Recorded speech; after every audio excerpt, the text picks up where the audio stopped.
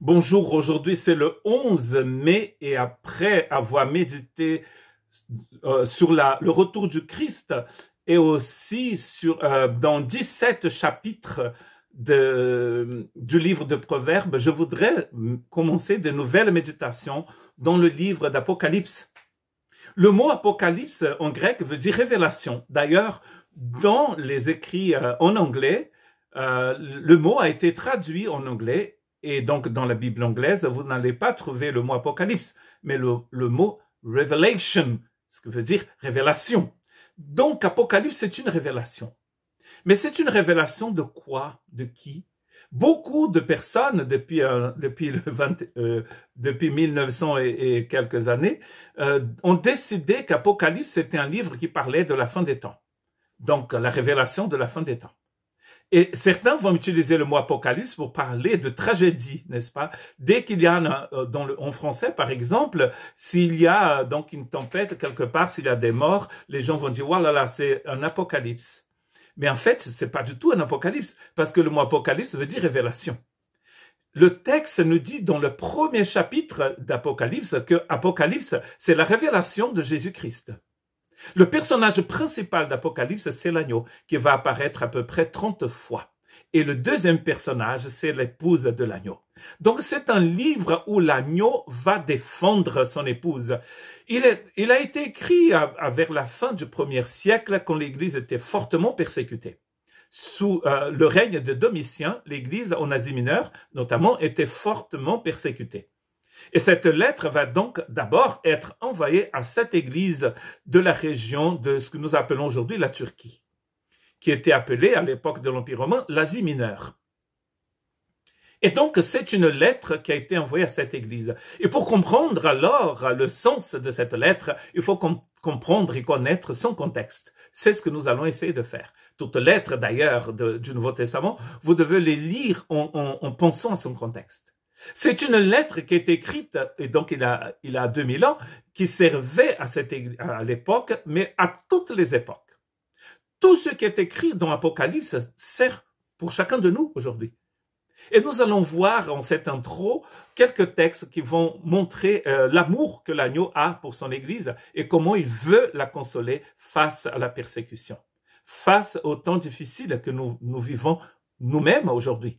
Aujourd'hui encore, dans beaucoup de pays, l'Église est martyrisée. Et je ne vais pas citer ces pays ici, hein, mais vous pouvez aller chercher dans Portes Ouvertes, dans le site de Portes Ouvertes, l'indice de persécution pour l'Église aujourd'hui. Apocalypse chapitre 17 et verset 7, Apocalypse 7, verset 17, car l'agneau qui est au milieu du trône les paîtra et les conduira aux sources des eaux de la vie. Et Dieu essuiera toutes larmes de leurs yeux. Dieu va essuyer toutes les larmes de nos yeux. Regardez qu'ici, l'agneau est assis sur le trône. Il est au milieu du trône. C'est lui qui paîtra et conduira aux sources des eaux de la vie, le peuple saint. Dans un autre texte, il va appeler l'Église le peuple saint, c'est-à-dire le peuple séparé pour Dieu. N'oubliez pas, c'est une lettre où l'agneau console son épouse. C'est ça le but d'Apocalypse. C'est pas pour faire peur, c'est pour consoler. Parce que pour faire peur, il suffit de regarder le journal de ce soir et vous allez avoir peur. Apocalypse n'est pas fait pour faire peur. Bien sûr que ceux qui ne connaissent pas l'agneau et qui se lèvent contre lui ont peur, mais pas le peuple du Seigneur. Apocalypse chapitre 21, verset 4, « Il essuiera toutes larmes de leurs yeux, et la mort ne sera plus. Il n'y aura plus ni deuil, ni cri, ni douleur, car les premières choses ont disparu. » Il est en train, bien sûr, dans Apocalypse 21, de parler de cette nouvelle dimension où nous allons vivre avec le Seigneur. Et regardez qu'il a cette promesse où, bien sûr, les gens étaient persécutés, donc ils connaissaient les cris, les douleurs. Il n'y aura plus tout cela. Toutes ces choses sont disparues. Cela, c'est une promesse, bien sûr, une consolation. Ça va aider ces chrétiens à rester dans un encouragement et continuer à militer. C'est une lettre envoyée à l'église militante, n'est-ce pas? Mais de temps en temps, cette église militante se trouve devant le trône de l'agneau, dans plusieurs parties d'Apocalypse d'ailleurs. et elle chante. Et je voudrais dire dès le début que l'Apocalypse est divisé par des temps de louange. Vous pouvez le constater. Hein, chapitre 5, chapitre 7, chapitre 14, chapitre 11. Vous allez voir tous ces chants, ces cantiques. Il y a les êtres créés par Dieu qui ne sont pas humains et tous les humains aussi qui sont devant le trône de l'agneau, c'est-à-dire l'église de l'agneau, hein, l'épouse de l'agneau, aussi appelée la Nouvelle Jérusalem. Apocalypse 17, 14, ils combattront contre l'agneau et l'agneau les vaincra parce qu'il est le Seigneur des seigneurs et le roi des rois. Et les appelés, et les élus, et les fidèles qui sont avec lui les vaincront aussi. Deux choses importantes ici. D'abord, Apocalypse 17, 14, à mon humble, très humble avis, c'est le texte clé pour comprendre l'Apocalypse. Moi, je ne sais pas moi qui ai dit ça le premier, bien sûr. Hein. Qui suis-je? Beaucoup de personnes très sérieuses disent ça. Pour comprendre l'Apocalypse, il faut connaître Apocalypse 17, 14. Parce qu'après avoir cité tous les ennemis de l'Église, à partir du dragon rouge du chapitre 12, les deux bêtes du chapitre 13, un animal féroce monté par la Babylone, le système politique économique qui s'appelle Babylone, tous ces ennemis de l'Église combattre l'agneau et l'Église. Mais c'est qui va les vaincre? C'est l'agneau. Pourquoi? Mais la question, la réponse se trouve dans le texte. Pourquoi l'agneau va vaincre? Parce que l'agneau est le Seigneur des seigneurs et le roi des rois. Et avec lui, son épouse qui est appelée ici, appelée, élue et fidèle, vont vaincre aussi. Pourquoi? Parce qu'ils sont avec l'agneau. Dans un autre texte, ces gens-là suivent l'agneau partout où il va. Ça, c'était la première chose. Donc, écrivez quelque part Apocalypse 17, 14. Et de temps en temps, vous allez dans Apocalypse 17, 14, répétez avec moi Apocalypse 17, 14. Et vous lisez ce texte et vous allez voir la clé d'Apocalypse. Le verbe clé d'Apocalypse, c'est le verbe vaincre. Dans Apocalypse, nous trouvons que l'agneau a vaincu déjà. Il est en train de vaincre et il vaincra.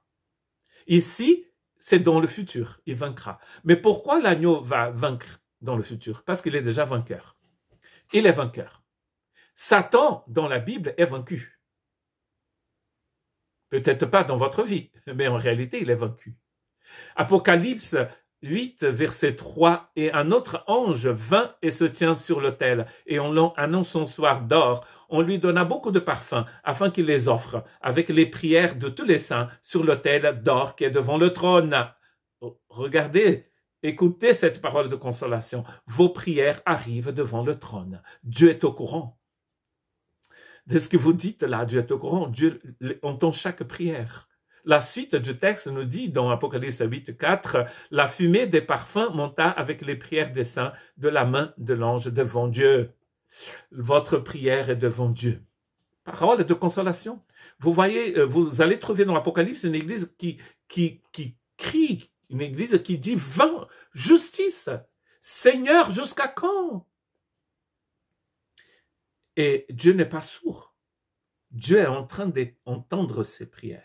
Et d'ailleurs, ces prières vont avoir un rôle très important à jouer dans l'histoire de l'humanité. Nous allons trouver ça dans Apocalypse aussi. Apocalypse 14 et 13, j'entendis du ciel une voix qui disait, écrit, heureux dès à présent les morts qui meurent dans le Seigneur. Oui, dit l'Esprit, afin qu'ils se reposent de leurs travaux, car leurs œuvres les suivent. Donc, Paul en écrivant aux Corinthiens, il dit, votre travail n'est pas vain dans le Seigneur.